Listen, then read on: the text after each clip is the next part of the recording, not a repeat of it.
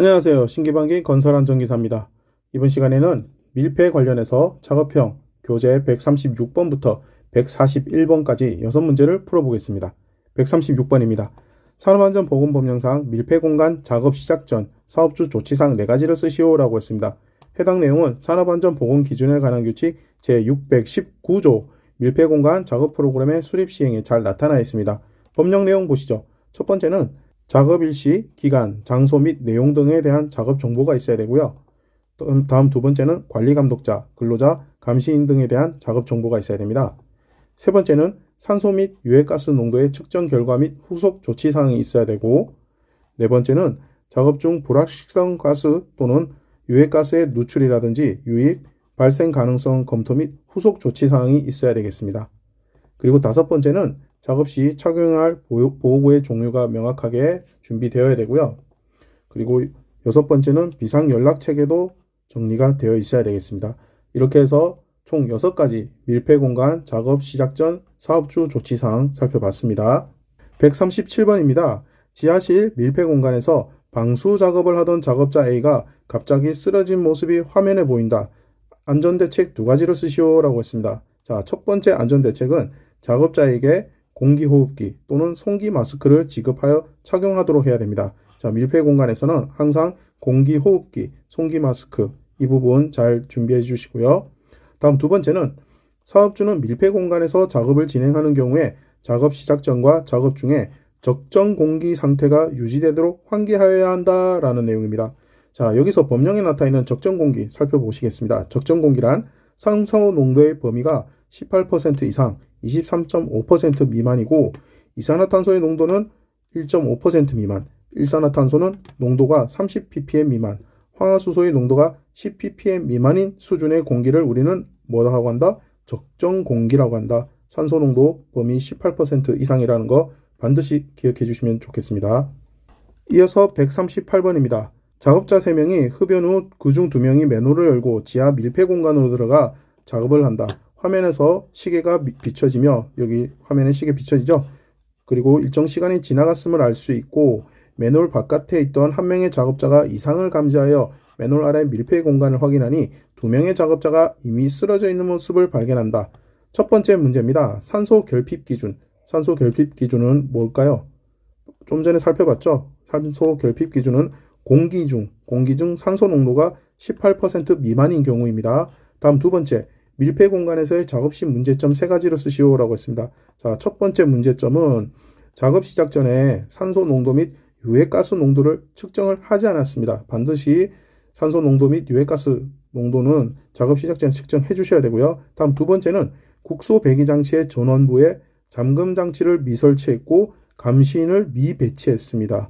이 국소 배기 장치 전원부에는 반드시 잠금 장치를 해서 사람들이 임의로 아무나 이 국소 배기 장치 전원부를 차단하지 않도록 주의하도록 반드시 잠금 장치를 설치해 주셔야 되고요. 그리고 반드시 이 기계가 제대로 돌아갈 수 있게끔 수시로 확인할 수 있는 감시인을 배치해야 되겠습니다.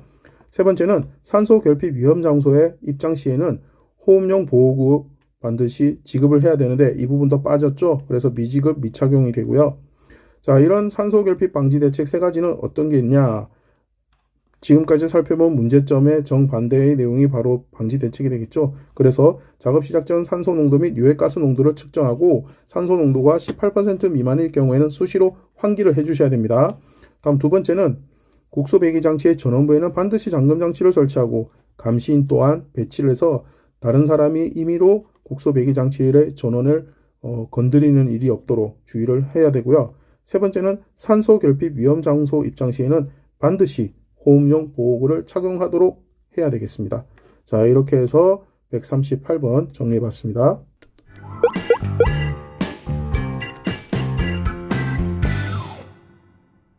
139번입니다. 영상은 우물통, 역시 우물통도 밀폐 공간이죠. 이 우물통 작업 현장이 보여진다. 산업안전보건법령상 밀폐공간, 여기서 밀폐공간이란 것은 잠암이나 우물통, 수직갱 등 굴착 작업 시 사업주 준수사항 3가지를 적으라고 했습니다. 이런 밀폐공간에서의 굴착 작업 시 사업주 준수사항, 이 내용은 산업안전보건기준에 관한 규칙 제377조 잠암 등 내부에서의 작업에 법령이 잘 나타나 있습니다. 자, 법령 보시죠. 첫 번째는 산소 결핍 우려가 있는 경우에는 산소의 농도를 측정하는 사람을 지명하여 측정하도록 할 것. 특정인을 지명하지 않을 경우에는 누군가 당연히 서로 미루게 되어서 이런 농도 측정을 안 하고 바로 생략되는 경우가 있어요. 반드시 그래서 지명해서 측정이 진행되도록 구체적으로 특정인을 지명해 주시고요. 다음 두 번째는 근로자가 안전하게 오르내리기 위한 설비를 설치할 것. 그리고 세 번째는 굴착 깊이가 20m를 초과하는 경우에는 해당 작업 장소와 외부와의 연락을 위한 통신 설비 등을 충분히 설치해 주셔야 되겠습니다. 이 세 가지 내용은 시험에도 자주 나오니까 반드시 잘 정리를 해 주시기 바랍니다. 140번 문제입니다. 산업안전보건법령상 근로자가 상시 분진 작업에 관련된 업무를 하는 경우 사업주가 근로자에게 알려야 하는 사항 세 가지를 쓰시오라고 했습니다. 역시 산업안전보건법령상이라는 메시지가 있기 때문에 우리는 법령 답을 써야 되고요. 해당 법령은 제614조 분진의 유해성 등의 주지에 잘 나타나 있습니다. 어떤 내용인지 보시죠. 자, 첫 번째는 분진의 유해성과 노출 경로를 반드시 주지시켜 주셔야 되고요. 다음 두 번째는 분진의 발산 방지와 작업장의 환기 방법도 근로자에게 교육을 해주셔야 되고요. 다음 세 번째는 작업장 및 개인위생 관리 요령도 알려주셔야 되고, 그리고 호흡용 보호구의 사용 방법도 충분히 전달돼야 되겠습니다. 이 호흡용 보호구는 평소에도 잘 사용할 수 있게끔 충분히 교육이 진행되어야 되겠고요.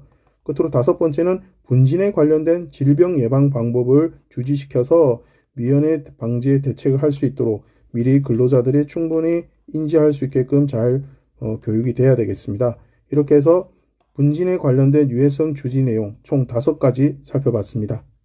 141번입니다. 산업안전보건법령상 인화성 가스 발생 우려가 있는 지하 작업장에서 폭발이나 화재를 방지하기 위해 가스 농도를 측정하는 사람을 지명하고 가스 농도를 측정하도록 해야 하는 경우 세 가지를 쓰시오라고 했습니다. 자, 이 부분도 역시 법령 문제입니다. 제296조 지하 작업장에 관련된 내용입니다. 법령 바로 보시죠. 첫 번째, 언제 가스 농도를 측정해야 되느냐? 매일 작업을 시작하기 전에 가스 농도 측정해 주셔야 되고요. 다음 두 번째는 가스의 누출이 의심되는 경우 당연히 해야 되겠죠. 그리고 세 번째는 가스가 발생하거나 정체할 위험이 있는 장소는 역시 가스 농도 측정해 주셔야 되고요. 그리고 장시간 작업을 계속하는 경우고 이때 장시간이란 것은 적어도 4시간마다 가스 농도를 측정해 주셔야 되겠습니다. 그리고 여기 그림에도 나와 있지만 추가 내용은 바로 폭발 위험 분위기가 조성되지 않도록 가스의 농도가 인하 한계값의 25% 이상으로 밝혀진 경우에는 즉시 근로자를 안전한 장소에서 대피시키고 화기나 그 밖에 점화원이 될 우려가 있는 기계기구 등의 사용을 중지하고 통풍, 환기 등을 해주셔야 되겠습니다. 자, 지하 작업장에서 가스 농도 측정하는 경우 총 4가지 주의하시고, 그리고 추가 내용인 인하 한계값의 25% 이상인 경우, 이런 경우에는 폭발의 위험이 있기 때문에 반드시 통풍, 환기도 해야 된다는 거, 이 내용도 추가로 학습해 주시기를 당부드립니다. 지금까지 신기반기 건설안전기사와 함께 밀폐 관련 작업형 6문제풀이를 함께 하셨습니다. 감사합니다.